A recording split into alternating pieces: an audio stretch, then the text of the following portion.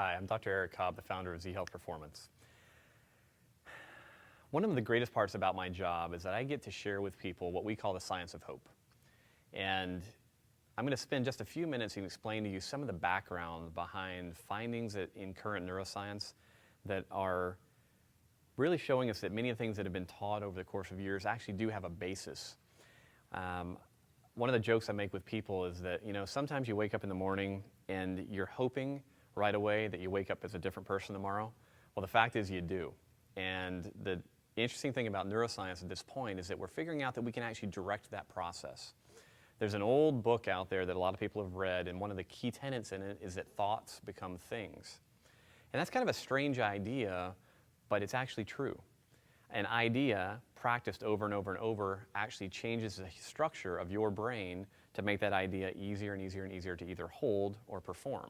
And most of us think of this as, yeah, I understand that. That's creating a habit, breaking habits, etc.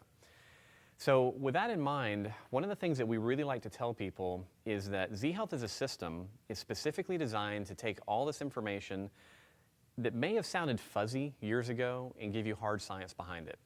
So as you are looking forward in your life, think about a year from now, 2 years from now, 3 years from now, where do you want to be? Who do you want to be? How do you want to move through your life? How do you want to interact in your relationships? How do you want to look? How do you want to move on the basketball court? How do you want to move on the tennis court? Because the chances are that if you don't enact a plan soon to create a change, not only will you not have improved tremendously in that period of time, you probably will have actually degraded. Because our bodies tend to go through this entropic process where we're degrading if we don't make intentional efforts to be better. The beautiful part, as I said, is that your brain is wired to be better. If you give it the right stimulus over a period of time, it changes. So like I said, this is why we call this, in essence, the science of hope. The term that we're really referring to is called neuroplasticity. If you haven't read about it, it should become a topic of study for you, because neuroplasticity basically says that your brain is plastic. It can change, it can mold over time. And while that may not sound that amazing, that's actually a fairly new concept. Years ago, really up until about 15, 20 years ago, most scientists thought, you know what, your brain, after you turn 23, 24 years old, it's pretty fixed. It doesn't change very much. And the fact is, nothing can be further from the truth. You can grow new brain cells, and your brain can actually adapt and change its structure to take on new tasks, new abilities, and to regain ones that have been lost through injury. So you have an opportunity in the coming years to direct your own personal evolution.